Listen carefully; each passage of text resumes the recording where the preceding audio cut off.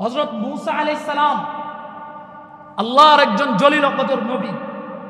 এই মূসা আলাইহিস সালামকে ইহুদিরা যখন ফেরাউন, বর্তমান যে কথা যখন মনে আসছে বলেই ফেলি, এই বর্তমান নেতানিয়াহু ইসরায়েলের প্রেসিডেন্ট এবং ইসরায়েলের সৈন্যরা, এদের মধ্যে আর ফেরাউনের মধ্যে, নেতানিয়াহুর মধ্যে আর ফেরাউনের মধ্যে কোনো পার্থক্য নাই। ঠিক কিনা জোরে বলেন? কোনো পার্থক্য নাই। কেন পার্থক্য নাই জানেন? অনেক দিক দিয়ে ফেরাউনের সাথে, বরঞ্চ সে ফেরাউনকে ওভারটেক করছে। কেন?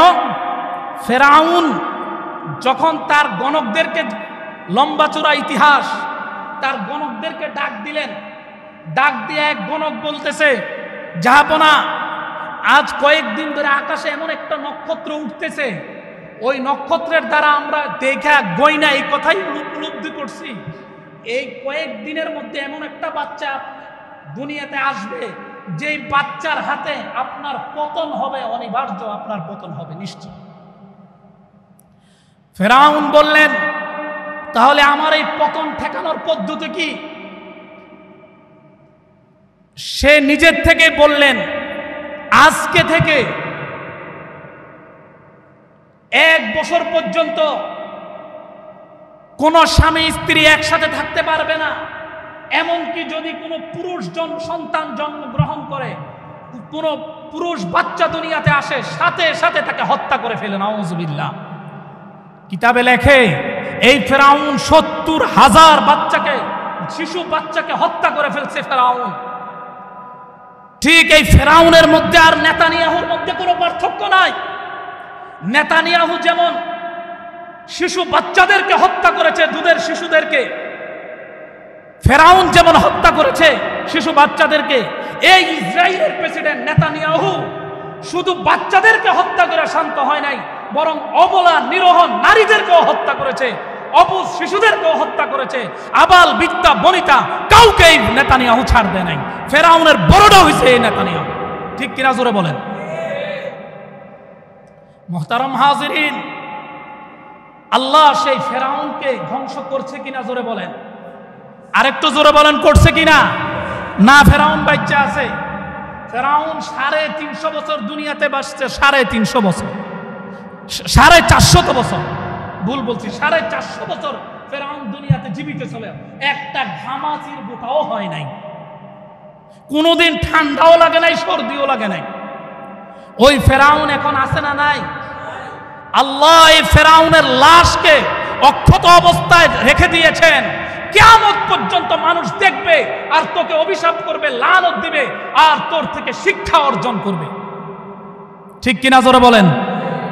এই জন্য মুহতারাম হাজিরিন, এই নেতানিয়াহু ফেরাউনকে ওভারটেক করছে। তো এই মূসা আলাইহিস সালামের জামানায় ফেরাউন যখন অত্যাচার শুরু করছে, আল্লাহ তাআলা মূসা আলাইহিস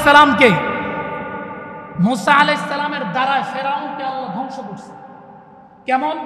যে মূসা আলাইহিস সালামের যে সমস্ত সঙ্গীরা ছিল, তারা নীল নদের কাছে আসছে। লম্বা চূড়া ঘটনা বলা আমার উদ্দেশ্য না। নীল নদের কাছে আসছে, আসার সাথে সাথে দেখেছে নীল নদ পানিতে থই থই। মূসা আলাইহিস সালামকে বললেন, ইন্না লামুদরাকুন, আমরা তো ডুইবা সবাই শেষ হয়ে যাব। মূসা আলাইহিস সালাম বললেন, কাল্লা ইন্না মাইয়া রব্বি সায়াহদিন, কখনো না, আমার সাথে আমার রব আছে। সুবহানাল্লাহ বলেন। আর একটু জোরে বলেন, জোরে বলেন, আমার সাথে আমার রব আছে। আল্লাহর কি হুকুম? আল্লাহ মূসা আলাইহিস সালামকে বললেন, ক্বালা হিয়া আসা, তোমার হাতে যে লাঠি আছে, এই লাঠি দিয়ে নীল নদের পানির মধ্যে পাড়ি মারো, আঘাত করো। মূসা আলাইহিস সালাম হাতের লাঠি দিয়ে নীল নদের পানির মধ্যে আঘাত করার সাথে সাথে অটোমেটিক আল্লাহ 12টা গোত্রের জন্য 12টা রাস্তা বানিয়ে দিয়েছেন। সুবহানাল্লাহ। এই যে 12টা রাস্তা বানিয়ে দিয়েছেন, মূসা আলাইহিস সালামের অনুসারী তারা সবাই সচক্ষে এটা দেখছে। নীল নদের মধ্যে যে রাস্তা হয়েছে, মূসা আলাইহিস সালামের সাথী সঙ্গীরা দেখছে। দেখার পরে আল্লাহ মূসা আলাইহিস সালামের লস্কর সহ নীল নদের ভিতর দিয়া পানির উপরে যখন রাস্তা হয়ে গেছে, মূসা আলাইহিস সালাম যাইতেছে, যাইতে যাইতে যখন মুসা আলাইহিস সালাম নীল নদ পার হয়ে গেছেন, ঠিক পিছন দিক দিয়া ফেরাউনের বাহিনী নীল নদের মাঝখানে যখন ফেরাউন যখন এই রাস্তার মধ্যে ঢুকে গেছে, ফেরাউন বলতেছে, দেখছো, ফাকাল আনা রাব্বুকুমুল আ'লা, আমি কত বড় খোদা, এই নীল নদ পর্যন্ত আমার কথা শুনে নাউজুবিল্লাহ কোন জোরে সরে, আরো জোরে সরে কোন নাউজুবিল্লাহ। ফেরাউনের কথা শুনছে না, আল্লাহ মুসা আলাইহিস সালামের জন্য রাস্তা করছেন। কার জন্য? এই মুসা আলাইহিস সালাম যখন পার হয়ে গেছেন, ফেরাউন যায় আর এই কথা বলে, ফেরাউন যখন মাঝখানে গেছে, আল্লাহ বলে কুট হও, আগের পানি যে ছিল পানি হয়ে যাও। আবার নীল নদের রাস্তাগুলি সব পানির সাথে মিশা, যে পানি সেই পানি হয়ে গেছে। সুবহানাল্লাহ। এবার মুসা আলাইহিস সালাম এবার ফেরাউনের বাহিনী নাকানি চুবানি খাওয়া শুরু করছে। নাকানি চুবাইতে চুবাইতে চুবাইতে আল্লাহ ফেরাউনকে সেখানে ধ্বংস করে দিলেন। ফেরাউনকে ৯৫০ বছর পর্যন্ত এই নীল নদের পানির নিচে আল্লাহ রেখে দিয়েছেন। একটা কোন পোকামাকড় পর্যন্ত নীল নদকে স্পর্শ করে দেখে নাই। লানাতুল্লাহ, আল্লাহর লানত ছিল ফেরাউনের উপর, নাউজুবিল্লাহ। কথা বুঝে আসছে? এই ঠিক ফেরাউনকে আল্লাহ যেই পরিমাণ, যেরকম ফেরাউনকে আল্লাহ ৪৫০ বছর হায়াত দেওয়ার পরও আল্লাহকে চিনে নাই। আজকের বর্তমান দুনিয়ার নেতানিয়াহু, এরে তো মুসলমানেরা গোনাই ধরে না।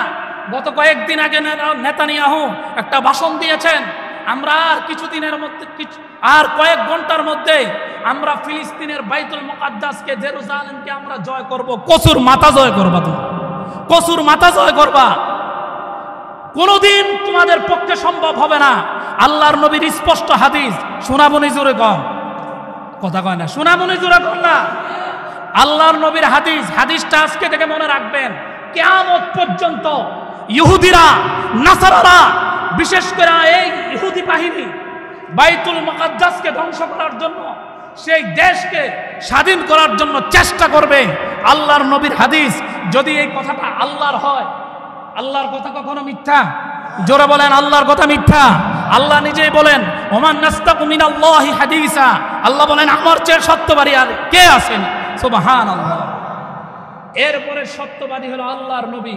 কথা কার? একসাথে বলেন, কথা কার? আল্লাহর নবীর। আল্লাহর নবী বলেন, লা তাযালু তাইফাতুম মিন উম্মতি আলা দ্বীনি যাহিরিনা লিআদুবিহিম কাহিরিন। আল্লাহর নবী বলেন, আমার উম্মতের মধ্যে একটা দল কিয়ামত পর্যন্ত হকের উপর প্রতিষ্ঠিত থাকবে। সুবহানাল্লাহ। আবার বলেন সুবহানাল্লাহ। তারা আল্লাহর দুশমনদের বিরুদ্ধে, জালেমদের বিরুদ্ধে তারা লড়াই করবে। তারা লড়াই করবে, কিয়ামত পর্যন্ত লড়তে থাকবে। শুনেন না, কয়দিন পর পর ফিলিস্তিনের যুদ্ধ একটু দমে গেছে, আওয়াজ টাওয়াজ তো শোনা যায় না। আবার ধাম করে একদিন শুনেন যে আবার শুরু হয়েছে। ঠিক কিনা জোরে বলেন তো? ঠিক এটাই নবীজির হাদিস। কয়েকদিন শুনবা যে যুদ্ধ বন্ধ হয়ে গেছে, যুদ্ধ আর নাই, মুসলমানেরা মনে হয় পরাজয় বরণ করবে। আল্লাহর নবীর স্পষ্ট হাদিস, না না না না না, কোনোদিন সম্ভব না। হাদিসটা সহিহ, দৈব না, দুর্বল না। কথা বুঝে আসছে? হাদিসটা সহিহ। লা তাযালু তাইফাতুম মিন উম্মতি আলা দ্বীনি যাহিরিনা লিআদুবিহিম কাহিরিন। কিয়ামত পর্যন্ত আমার উম্মতের একদল মুজাহিদ হকের উপর প্রতিষ্ঠিত থাকবে। সাহাবারা জিজ্ঞাসা করলেন, ক্বালু ইয়া রাসূলুল্লাহ ওয়া আইনাহুম, ইয়া রাসূলুল্লাহ তারা কোথায় থাকবে? এবার আল্লাহর নবী উত্তর দেন, বাইতুল মুকাদ্দাস ওয়া আকনাফি বাইতুল মুকাদ্দাস। সুবহানাল্লাহ, জোরে জোরে বলেন। আল্লাহর নবী বলেন তারা বাইতুল মুকাদ্দাস এবং তার আশেপাশে থাকবে। এই কথা থেকে বোঝা যায় বর্তমানে যারা ফিলিস্তিনের মধ্যে ইসরায়েলের বিপক্ষে যারা লড়াই করতেছে, এরা হকের উপর আছে, এরা আল্লাহর দ্বীনের সঠিক মুজাহিদ। ঠিক কিনা জোরে বলেন? এরা আল্লাহর দ্বীনকে কায়েম করার জন্য লড়াই করে যেতেছেন, কিয়ামত পর্যন্ত করবেন। আর এখন হুমকি দেয়, আর মাত্র 2 ঘন্টা 3 ঘন্টা, একদিন, এক সপ্তাহ পরে জয় করবা, কচু ছড়া জয় করবা। তোমরা কোনোদিন পারবা না। আমাদের কলিজার নবী, বিশ্ব নবী, চিরসত্যবাদী নবী ঘোষণা করে গেছেন, হাদিস বলে গেছেন, কিয়ামত পর্যন্ত চেষ্টা করবি, তোরা কোনোদিন বাইতুল মুকাদ্দাসকে তোরা স্বাধীন করতে পারবি না, পারবি না, পারবি না। সুবহানাল্লাহ।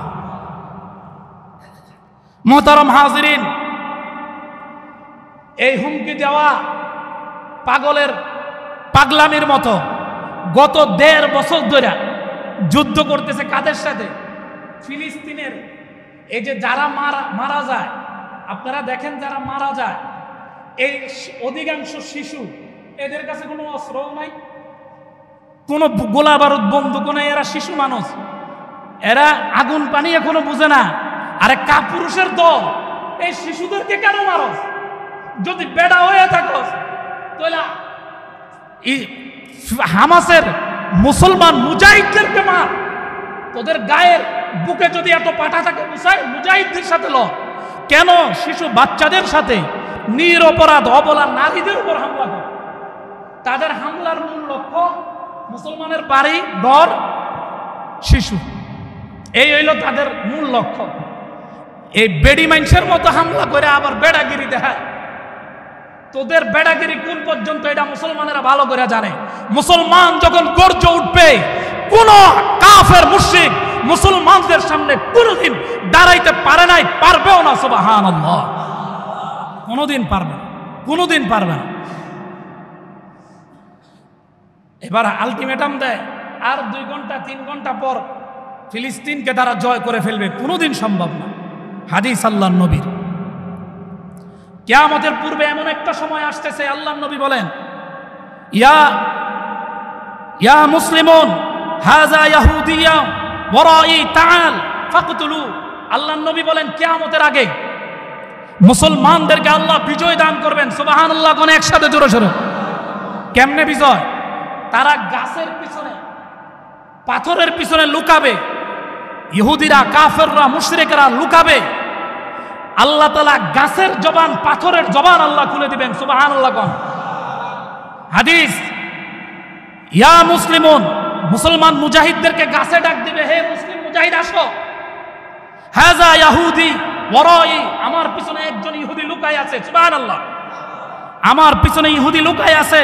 তাআল আসো, ফাকতুলু, তারা হত্যা করো। সুবহানাল্লাহ। মুসলমানদের শুধু এখন একটা জিনিস, মুসলমানদের ঈমানকে মজবুত করতে হবে, আর কিছু না। এই গোলা বারুদ যা দেখেন এটি ঈমানের সামনে কিছু না।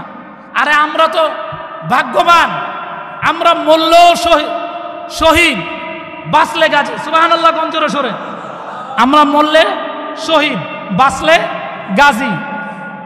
এরা বোমা মারে আর তারা উল্লাস করে, হাসে।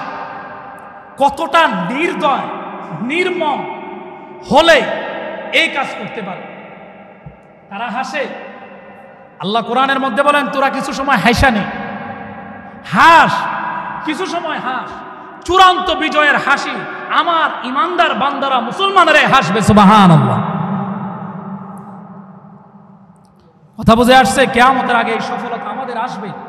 যে কথা বলতেছিলাম, এই মুসা আলাইহিস সালামের সাথীরা চোখে দেখছে নীল নদের মাঝখানে রাস্তা হয়ে গেছে। এই ইহুদিরা, এই বনি ইসরাইল এত জঘন্য জাতি, এই বনি ইসরাইলের লোকেরা স্বচক্ষে আল্লাহর কুদরত দেখার পরও মুসা আলাইহিস সালামের বিরুদ্ধে তারা তহমত দিছে, মুসা আলাইহিস সালামকে অপবাদ দিছে। নাউজুবিল্লাহ কোন জোরে সোরে। এই হইল ইহুদি জাতি, বনি ইসরাইল জাতি এত জঘন্য। আরেকটা কথা বলে শেষ। আপনারা সবাই দাউদ আলাইহিস সালামের সময় মাছ ধরার ঘটনা সবাই জানেন। দাউদ আলাইহিস সালামরে আল্লাহ এত সুন্দর কণ্ঠ দিছিলেন, যখন তিনি জাবুর কিতাব পাঠ করতেন, আকাশের উড়ন্ত পাখিগুলি তার সুরের ঝনকার শোনার জন্য স্থির হয়ে গাছের ঢালে দাঁড়ায় যেত। সুবহানাল্লাহ। সমুদ্রের পাশে বসে তেলাওয়াত করলে সমুদ্রের সব মাছ চলে আসতো সমুদ্রের কিনারে তার তেলাওয়াত শোনার জন্য। সুবহানাল্লাহ কোন। আল্লাহ এই দাউদ আলাইহিস সালামের উম্মতদেরকে, অর্থাৎ এই বনি ইসরাইলদেরকে একদিন ইবাদতের সুযোগ দিয়েছিলেন। সেই দিনটা কোন দিন জানেন? শনিবার দিন। শনিবার দিন তাদের ইবাদতের দিন ছিল, শুধু শনিবার দিন একদিন তারা ইবাদত করবে, আর বাকি যে কয়দিন তারা কাজ করবে। এই বনি ইসরাইল এত চক্রান্তশীল জাতি, তো মারাত্মক জাতি। আল্লাহর হুকুম ঘোষণা করে দিছে, মাছ যখন কিনারে আসে শনিবার দিন, তখন তোমরা মাছ ধরবা না। এই তাদের একটা জীবিকা নির্বাহ করার ব্যবস্থা ছিল। তারা মাছ সাগরের পাড়ে তাদের বাড়িঘর ছিল, তারা মাছ ধরতো, সেই মাছ বিক্রি করতো, মাছ বিক্রি করে তাদের সংসারে জীবিকা নির্বাহ করত। তো আল্লাহ মাছেরা যখন এরকম ভাবে জাবুর কিতাব তেলাওয়াত করতো, শুনতে আসতো, আল্লাহ নবীর কাছে খুব বিচার দিছে যে এই যে আমাদেরকে আপনার তেলাওয়াত শুনতে আসি, এরা তো আমাদেরকে ধইরা নিয়ে বাজারে বিক্রি করে, জবাই করে। আমরা যদি আপনার তেলাওয়াত শুনতে না আসতাম তাহলে তো আমাদেরকে সবাই ধরতে পারতো না। আল্লাহ দাউদ আলাইহিস সালামকে জানাই দিল যে তোমার জাতিদেরকে বলো, উম্মতদেরকে বলো, তারা যাতে শনিবার দিন মাছ না ধরে। এই ইহুদি এত চক্রান্তশীল জাতি, এরা করছে কি, বনি ইসরাইলের এরা শনিবার দিন তারা ওই নবীর কথা মতো আর মাছ ধরতো না। শনিবার দিন যখন দাউদ আলাইহিস সালাম তেলাওয়াত করতো সাগরের পারে, ওরা করতো মাছ যখন সমুদ্রের মাছগুলি কিনারে আসতো, ওরা জাল দিয়া দূরের থেকে মাছগুলির বান দিয়ে রাখতো। কেমন বুদ্ধি দেখেন, বান দিয়ে রাখতো, শনিবার দিন আর ধরতো না, রবিবার দিন তারা ধরতো। নাউজুবিল্লাহ কোন, তারা বলতো আল্লাহ যখন কইছে শনিবারে ধরতে নিষেধ করতে, আমরা ধরতাম না, বান দিয়ে রাখলাম। কেমন বুদ্ধিমান হেরা, আমরা শনিবারে ধরবো না, রবিবার দিন ধরবো। তারা যখন মাছ ধরছে, এবার আল্লাহ তাআলার অভিশাপ তাদের উপর কি, ফালাম্মা আতাউ আম্মা নুহু আনহু কুলনা লাহু কুনু কিরাদাতান খাসিয়ান। আল্লাহ বলেন তোরা যখন আমার অবাধ্য হইছস, যা, আমি তোদেরকে অভিশপ্ত করলাম, তোরা সব বানর হয়ে যা। আল্লাহ ওই সমস্ত উম্মতকে সবগুলি যে রিজিরি মাছ ধরছিল সব দিনে আল্লাহ বান্দর বানাই দিয়েছে। নাউজুবিল্লাহ কোন জোরে সরে। এই হইল এই বনি ইসরাইল জাতি। আল্লাহ যতবার কইছে হক কথাটা, এরা আল্লাহর কথা সোজা কথা না বুঝা শুধু উল্টাটা বুঝছে। এরকম 11-12টা দৃষ্টান্ত আল্লাহ কোরআন শরীফে দিছে, সবগুলি বলার সময় এখন নাই।